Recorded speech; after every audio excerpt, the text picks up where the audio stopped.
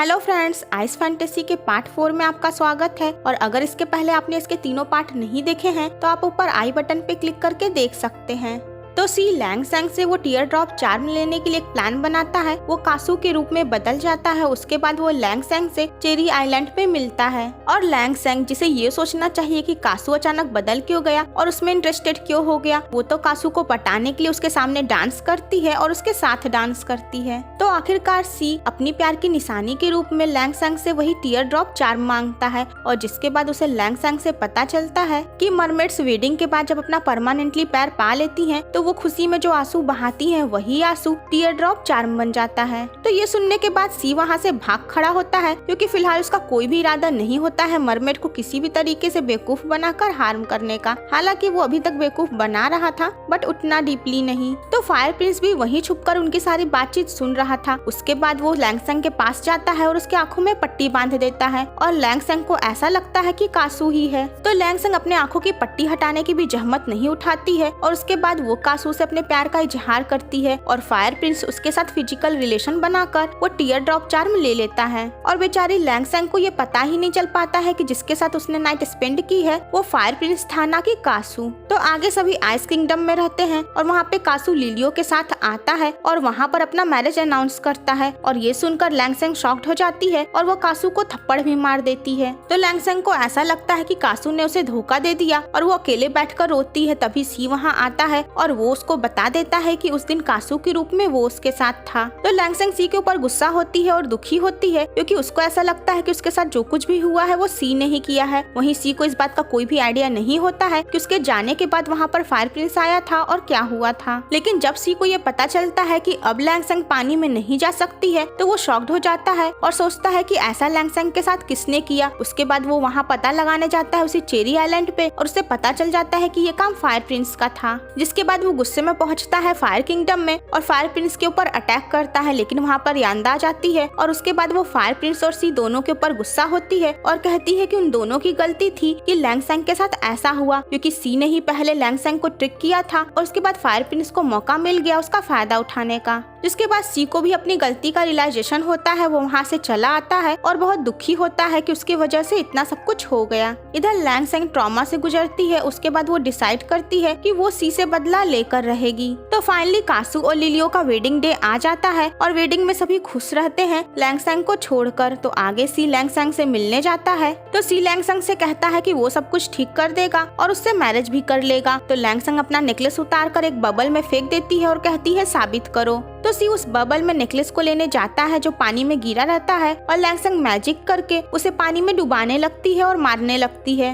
लेकिन तभी वहाँ पर सी को बचाने उसकी भाभी जी आ जाती हैं और उसके बाद वो सी की जान बचाती है लैंग सैंग से फाइट करके। तो लैंग सैंग एक बार फिर से सी को तलवार से मारने जाती है लेकिन लिलियो सामने आ जाती है और वो तलवार लिलियो को लग जाता है। तो लिलियो रेस्ट इन पीस होने वाली रहती है और कासू बहुत ही दुखी होता है और रोता है। फिर होंग तो कहता है कि जब तक उन्हें लिलियो को बचाने का कोई रास्ता न निकल आए तब तक वो सब लिलियो की बॉडी और सोल को सील करके रखें। लेकिन इसके लिए एक स्ट्रॉन्ग मैजिक की जरूरत पड़ेगी। तो वहाँ पे स्ट्रॉन्ग मैजिक वाला रहता है सी और सी अपना मैजिक यूज करके लिलियो को एक आइस सील में पैक कर देता है। और उसके बाद सभी के अंदर ये क्वेश्चन आता है कि सी के पास इतनी पावर आई कहाँ से। इधर मरमेड क्वीन लैंग सैंग को सजा से बचाने के लिए भगा देती है आइस किंगडम से वापस उनके लैंड। तो लिलियो की बॉडी जिस आइस सील में बंद रहती है वो मेल्ट होने लगती है। तो वांग तो उसे सजेशन देता है कि हमें इसे किसी ठंडे जगह पर रख देना चाहिए और उसके बाद वो लिलियो की बॉडी को समुंदर में डाल देते हैं। तो फ्रेंड्स कमाल है, जहाँ आइस किंगडम में हर चीज बर्फ की ही है तो सोचिए वहाँ कितनी ठंड होगी। लेकिन वहाँ पर वो आइस सील पिघलने लगता है और उन्हें इसके लिए उसे इंडलेस सी में डालना पड़ता है।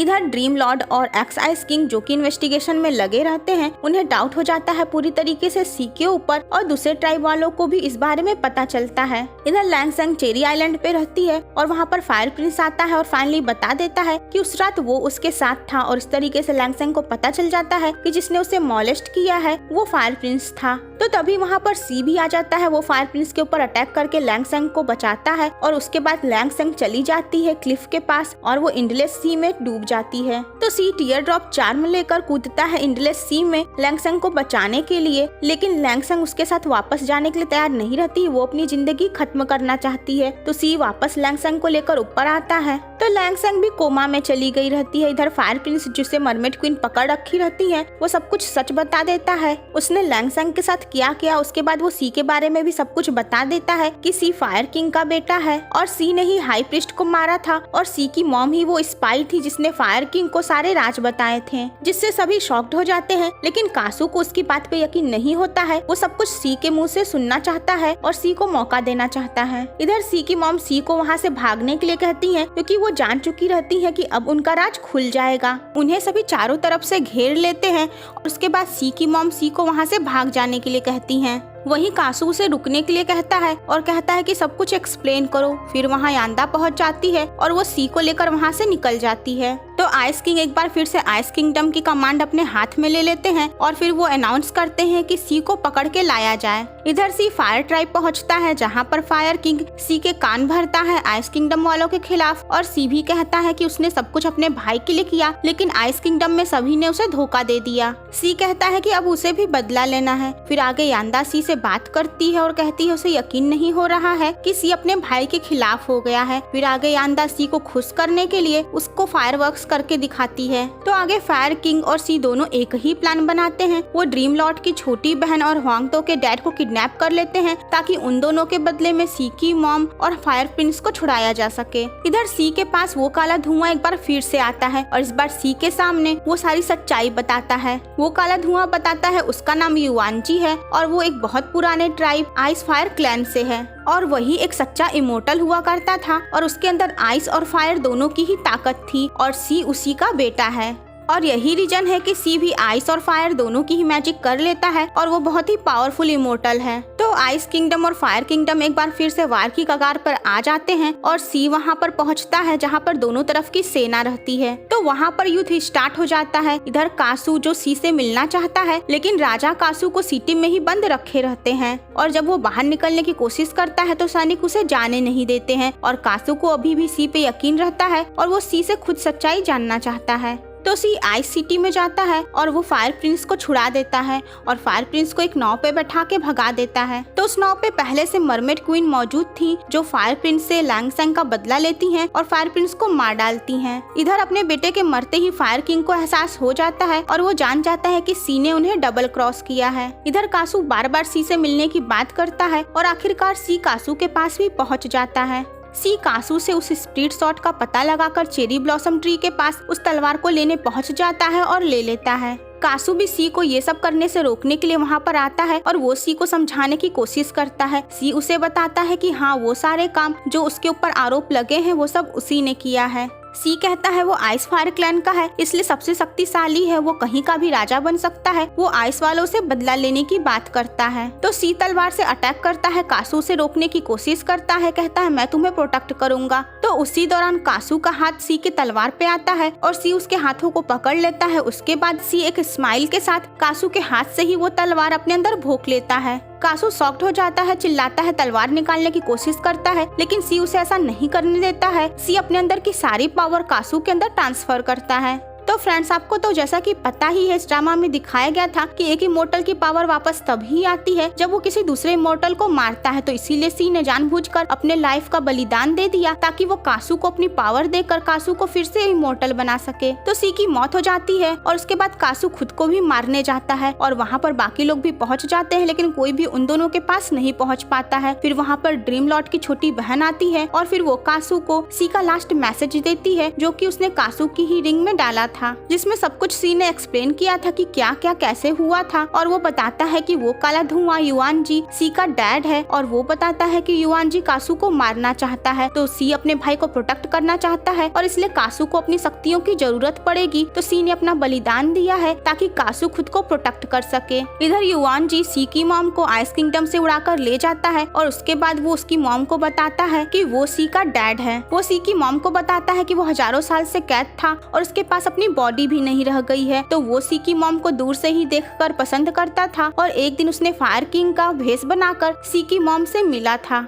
वेल इधर कासू की शक्तियाँ वापस लौट आती हैं और फिर आइस किंगडम का नया राजा बन जाता है कासू। तो कासू सी की शक्तियाँ मिलने की वजह से पहले से भी कहीं ज्यादा पावरफुल हो गया रहता है और कासू के मॉम डैड और किंगडम वाले खुश रहते हैं कि कासू की शक्तियाँ वापस लौट आई और उनका चहेता राजा राजा बन गया। लेकिन कासू के अलावा किसी को भी इस बात का अफसोस जताते हुए नहीं दिखाया गया है कि सी ने इसके लिए अपने लाइफ का सेक्रीफाइस कर लिया। तो कासू ड्रीम लॉर्ड के साथ मिलकर युआन जी के बारे में और ज्यादा इन्वेस्टिगेशन करता है और उसे पता चलता है कि युआन जी एक क्रेजी गॉड हुआ करता था जिसके पास आइस फायर दोनों की ताकत थी। तो सभी ट्राइब वाले युआन जी को खत्म करना चाहते हैं, इसलिए सभी मिलकर प्लान बनाते हैं जिनका लीडर होता है सीमी, जो कि कासू का ही पूर्वज होता है, यानी आइस टाइप से रहता है और वो बिल्कुल कासू की तरह ही दिखता है। तो वो सब एक मिस्टीरियस रेड लोटस जो कि सबकी विश पूरी करती है, यहाँ तक कि वो मरे हुए लोगों को भी जिंदा कर सकती है, उसकी हेल्प से युआन जी को हराकर उसकी सोल और बॉडी दोनों को डिस्ट्रॉय कर देते हैं और युआन जी को हमेशा के लिए कैद कर देते हैं। तो अगर युआन जी वापस जिंदा हो गया तो समझो बाकी सारे ट्राइब वाले तो गए, क्योंकि वो बहुत ज्यादा शक्तिशाली था और उसके जैसा ताकतवर बाकी किसी भी ट्राइब में कोई नहीं है। इधर फायर किंग और यांदा को पता चल गया रहता है कि सी कभी फायर किंग का बेटा था ही नहीं, वो युआन जी का बेटा था। मतलब अब यांदा के प्यार के बीच में ऐसी कोई रुकावट नहीं है। हाँ, ये बात अलग है कि यांदा जिस सी से प्यार करती है वो तो रेस्ट इन पीस हो चुका है। इधर सी की मॉम कासू को मारकर अपने बेटे का बदला लेना चाहती हैं, क्योंकि उन्हें लगता है कि कासू ने ही अपनी पावर के लिए सी का कत्ल कर दिया है और युआन जी उससे प्रॉमिस करता है कि वो उसे बदला लेने में हेल्प करेगा। इधर आइस क्वीन मरमेड लैंड पहुँचती है और वहाँ पर उसका सामना होता है सी की मॉम से। तो वहाँ पर उन दोनों के बीच में जबरदस्त फाइटिंग होती है और उसके बाद युआन जी सी की मॉम के अंदर घुस जाता है और उसे कब्जे में लेकर वो आइस क्वीन को मार देता है। तो कासू भी वहाँ पहुँच जाता है, अपनी माँ को इस हालत में देखकर दुखी होता है। वही युआन जी उसे चैलेंज करता है कि अगर उसे हिम्मत हो तो वो स्नो माउंटेन में आए एंडलेस सी को पार करके। तो फ्रेंड्स, युआन जी का घर और उसका राज्य स्नो माउंटेन में हुआ करता था, जहाँ जाने के लिए एंडलेस सी से गुजरना पड़ेगा। तो कासू को पता चलता है कि वो मिस्टीरियस लोटस एक बार फिर से खिलने वाला है और उसके खिलने के बाद युआन जी विश मांगेगा और फिर से अपने आप को जिंदा कर लेगा।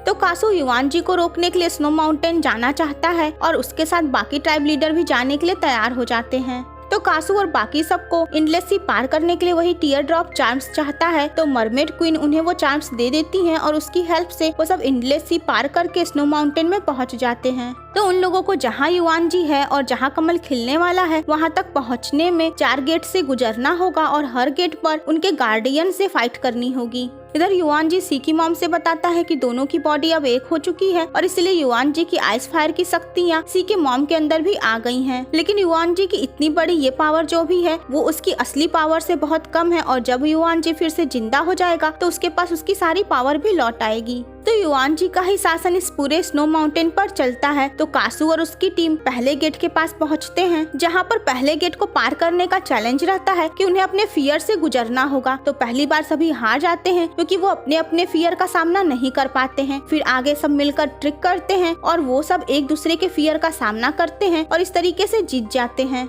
तो कासू ये देखकर शॉक्ड हो जाता है कि पहले गेट की गार्डियन रहती है कासू की दादी। तो कासू की दादी बताती हैं कि वो बाकी गार्डियन से सबसे वीक गार्डियन है और अगर वो सब उसका सामना ही नहीं कर पाए तो आगे नहीं बढ़ पाएंगे। तो उसके बाद सारे ट्राइब लीडर उनसे फाइट करते हैं, जिसमें ड्रीम लॉर्ड बुरी तरीके से घायल हो जाते हैं। फिर आगे उसकी दादी कासू को अपनी सारी पावर भी दे देती हैं और बताती हैं कि वो यहाँ की गार्डियन उस समय बनी थी जब कासू बचपन में बहुत बीमार था और उसे बचाने के लिए उन्होंने युआन जी से डील कर ली थी। तो इसी बीच में कासू की स्प्लिट शॉट अपने आप ही वहाँ तक पहुँच जाती है। तो कासू उस तलवार को अपने साथ इसलिए लेकर नहीं आया था क्योंकि जब भी वो उस तलवार को देखता था उसे सी की मौत याद आती थी। तो उस तलवार में एक नई स्प्लिट शॉट फेरी बन गई थी और वो फेरी बना था सी के ही सोल का एक हिस्सा। तो कासू सी को एक बार फिर से देखकर खुश होता है, लेकिन सी को कुछ भी याद नहीं रहता है कि वो सी था या फिर कासू उसका भाई था। वो तो सिर्फ एक शॉर्ट फेरी बन गया रहता है। तो फायर किंग ने यांदा को भी वही लोटस लेने के लिए भेजा था और इसलिए यांदा भी वहाँ पहुँच गई रहती है, लेकिन वो छुपकर रहती है और दूर से ही सब कुछ देखती है। तो यांदा भी सी को एक बार फिर से देखकर खुश होती है और आगे वो सी के साथ प्ले करती है। तो फ्रेंड्स, मैं आपको बता दूं, कासू न केवल युआन जी को हराने वहाँ आया था बल्कि उस लोटस से विश मांगकर सी लिलियो और लैंगसेंग को जिंदा भी करना चाहता था।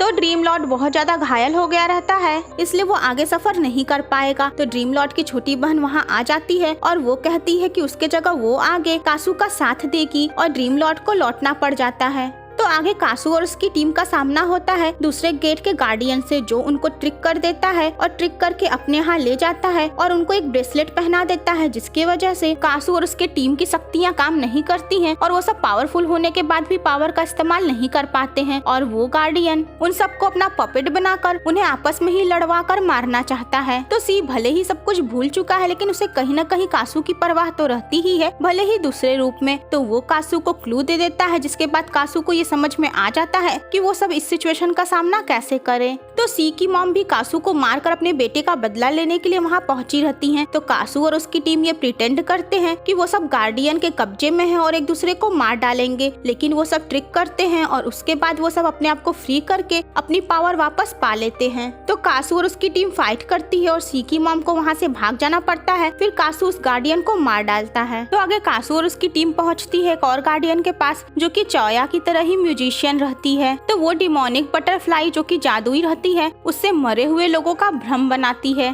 तो वो गार्डियन ये सब कुछ करती है अपने लवर की वजह से, क्योंकि वो अपने लवर को खोना नहीं चाहती है और उससे बहुत प्यार करती है। तो चौया कासू और बाकी सबकी हेल्प से म्यूजिक बजाकर उसे भी हरा देती है। फिर उनका सामना होता है तीसरे गार्डियन से, जो कि बहुत ही खतरनाक रहती है और ड्रीम की पावर रहती है उसके पास। तो उससे सामना करने में ड्रीम लॉर्ड की छोटी बहन की डेथ हो जाती है, हालांकि वो उस गार्डियन को हराने में कामयाब हो जाते हैं। तो कासू और उसकी टीम ड्रीम लॉर्ड की छोटी बहन की डेथ से बहुत दुखी होते हैं। फिर उन्हें लास्ट गार्डियन का सामना करना पड़ता है, हालांकि जो लास्ट गार्डियन रहता है वो उनके सामने नहीं आता है और पीठ पीछे से ही वार करता है। तो सबसे पहले वो शिकार बनाता है बियर किंग को, जिसकी मौत हो जाती है और चौया बहुत दुखी होती है क्योंकि उसका होने वाला हस्बैंड मर जाता है। फिर उसके बाद दूसरी मौत होती है चौया के लवर की ही, यानी कि पियांग फेंग की, और वो भी मर जाता है। फिर आगे कासू बचे हुए लोगों के साथ मिलकर प्लान बनाता है और सब ऐसा प्रिटेंड करते हैं कि कासू के अलावा सभी मारे गए और एक दूसरे को मारकर मर गए।